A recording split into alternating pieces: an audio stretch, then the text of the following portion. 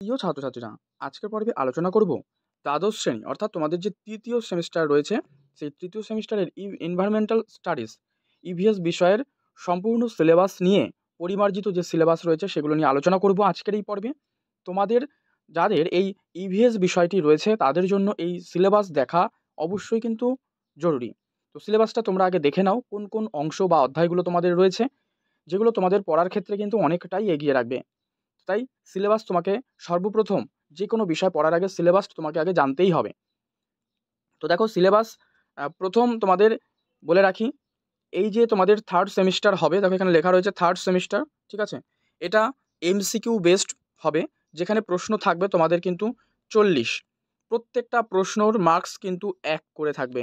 তোমরা অপশান পাবে 4টে করে, যার মধ্যে অনেকগুলো পার্ট হবে, এগুলো আমি আলোচনা করব পরবর্তীতে। তো তোমরা আগে সিলেবাসটা সম্পর্কে ধারণা নাও। এখানে ফুল মার্কস 40 এই যে দেওয়াই রয়েছে।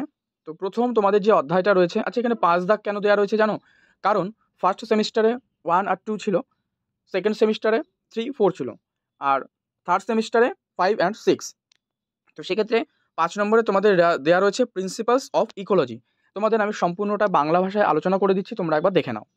তো এখানে বলছে এই প্রিন্সিপালস অফ ইকোলজি অর্থাৎ বাস্তুবিদ্যার যে নীতি, এই অধ্যায়ের মধ্যে তোমাদের অনেকগুলো সাব ইউনিট রয়েছে। যেমন এখানে 5-এর 1, 2, 3 এইভাবে কিন্তু দেওয়া রয়েছে, দেখতেই পারছো। আরেকটা বলে দিই, এখানে দুটো পার্ট কিন্তু তোমরা পাবে, ঠিক আছে। প্রথমে বললাম যে 5 দাগ আর 6 দাগ, এই 5 দাগের মধ্যে থাকবে 20 নম্বর, আর 6 দাগ অর্থাৎ বায়োডাইভার্সিটি যেটা জীববৈচিত্র্য, এর মধ্যে থাকবে 20 নম্বর, এই টোটাল কিন্তু 40। তো যাই হোক, এবারে দেখে নাও এখানে যেটা বলছিলাম যে প্রিন্সিপাল অফ ইকোলজির মধ্যে বাস্তুবিদ্যার নীতির মধ্যে রয়েছে বেসিক কনসেপ্টস অ্যান্ড ডেফিনেশন। কী কী রয়েছে? মৌলিক ধারণা এবং সংজ্ঞা কী কী রয়েছে? যে ecology, landscape, habitat, ecological niche, ecozones, biosphere, ecosystem, ecosystem stability, biome. মানে বাস্তুতন্ত্র রয়েছে, ভূমিদৃশ্য, আবাসস্থল, বাস্তুতন্ত্র রয়েছে, বাস্তু সংস্থান, জীবমণ্ডল, ঠিক আছে, বাস্তুতন্ত্রের স্থিতিশীলতা, বায়োম, জৈব, এইগুলো কিন্তু রয়েছে। 2 নম্বরে রয়েছে কি যে অটিকোলজি, সিনকোলজি, মেজর টেরেস্ট্রিয়াল বায়োমস, অর্থাৎ অটো ইকোলজি, সিনকোলজি, প্রধান যে স্থলজ বায়োম, এগুলো রয়েছে। 3 নম্বরে কি বলা রয়েছে? বাস্তুতন্ত্রের প্রকার, যেটা রয়েছে ফরেস্ট, বন, ঠিক আছে, গ্রাসল্যান্ড, তৃণভূমি রয়েছে, লেন্টিক, লটিক, মোহনা, সামুদ্রিক মরুভূমি, এগুলো সমস্ত কিছু রয়েছে। এই যে ম্যারিনা, ডেজার্ট, ওয়েটল্যান্ডস, ঠিক আছে। 4 নম্বরে দেখতে পাচ্ছ ইকোসিস্টেম স্ট্রাকচার, অর্থাৎ বাস্তুতন্ত্রের যে গঠন, এগুলো কিন্তু দেওয়া রয়েছে। বাস্তুতন্ত্রের গঠনের মধ্যে কী রয়েছে দেখো, biotic and abiotic components and their role in ecosystem.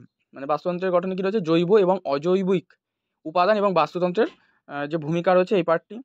5 নম্বরে যেটা রয়েছে একবার দেখো। আচ্ছা 5 নম্বরে তোমাদের বলছে ecosystem connections with characteristics and significance, food chain, food web, energy flow. আচ্ছা এখানে বলতে চাইছে যে বৈশিষ্ট্যের সাথে বাস্তুতন্ত্রের যে সংযোগ এবং তাৎপর্য, যেটা হচ্ছে খাদ্য শৃঙ্খল, খাদ্যজাল, শক্তি প্রবাহ, 10% সূত্র, যেটা 10% আইন, ঠিক আছে, দ্য 10% ল বাই লিন্ডেম্যান, মানে লিন্ডেম্যানের 10% সূত্র যে পার্টটা রয়েছে, বাস্তুতন্ত্রীয় দক্ষতা রয়েছে, ecological efficiency, ecological pyramids of number, biomass and energy, অর্থাৎ বাস্তুস্থানীয় পিরামিড, সংখ্যার পিরামিড, জৈব পদার্থ এবং শক্তি, এগুলো রয়েছে। আর 6 রয়েছে কি biogeochemical cycles, O2, oxygen, carbon, nitrogen, exercise, মানে ইত্যাদি ইত্যাদি রয়েছে। এরপরে 6 চলে যাও, বায়োডাইভার্সিটি। এর মধ্যে কি বলছে দেখো, এর মধ্যে বলছে 1 নম্বরে কনসেপ্ট অফ বায়োডাইভার্সিটি। এটা কি এখান থেকে বলবো, তো এটার মানে বলছে যে জীববৈচিত্র্যের ধারণা, যেটা হচ্ছে কনসেপ্ট অফ বায়োডাইভার্সিটি। এই 6 নম্বর পার্ট, এই বায়োডাইভার্সিটির মধ্যে থেকে কিন্তু তোমাদের 20টা থাকছে। আর 2 নম্বরে রয়েছে কি ইম্পর্টেন্স অফ বায়োডাইভার্সিটি, মানে জীববৈচিত্র্যের যে গুরুত্ব। 3 লেভেলস অফ বায়োডাইভার্সিটি, যার মধ্যে রয়েছে দেখো genetic, spaces and ecosystem, domestic, ঠিক আছে, মানে জীববৈচিত্র্যের যে স্তর, জিনগত, প্রজাতি এবং বাস্তুতন্ত্র বাগারস্থ, এইরকম। 4 রয়েছে কি loss of biodiversity, cause and effect, মানে জীববৈচিত্র্যের যে ক্ষতি, তার কারণ এবং প্রভাব। 5 রয়েছে ব্যালেন্স অফ নেচার, প্রকৃতির যে ভারসাম্য। 6 India as mega diverse country, mega বৈচিত্র্যপূর্ণ দেশ হিসেবে ভারত। 7 রয়েছে common planets and animals of India, ভারতের সাধারণ উদ্ভিদ ও প্রাণী।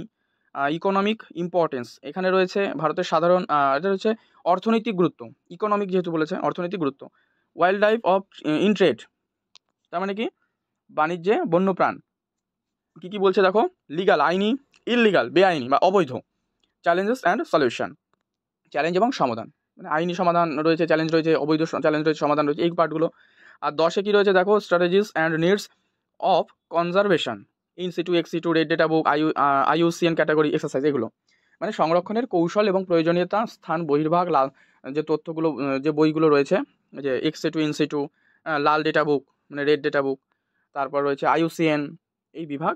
তো এই পার্টগুলো কিন্তু তোমাদের রয়েছে থার্ড সেমিস্টারে, প্রত্যেকটা আলোচনা করলাম বাংলা ভাষায়। যদি এর PDF প্রয়োজন হয় অবশ্যই কমেন্ট করে জানাবে। PDFটা তোমরা টেলিগ্রাম থেকে ডাউনলোড করে নাও, ওখানে দিয়ে দেওয়া রয়েছে। আর পাশাপাশি বলতে চাই যে এগুলো তোমাদের প্রশ্ন উত্তর প্রয়োজন হলে অবশ্যই জানাবে, পরবর্তীতে এর প্রশ্ন উত্তর নিয়ে আলোচনা করা হবে। পরবর্তী ভালো লাগলে অবশ্যই লাইক করে দিও, শেয়ার করে দিও, আর চ্যানেলে নতুন হলে অবশ্যই সাবস্ক্রাইব করে রাখো।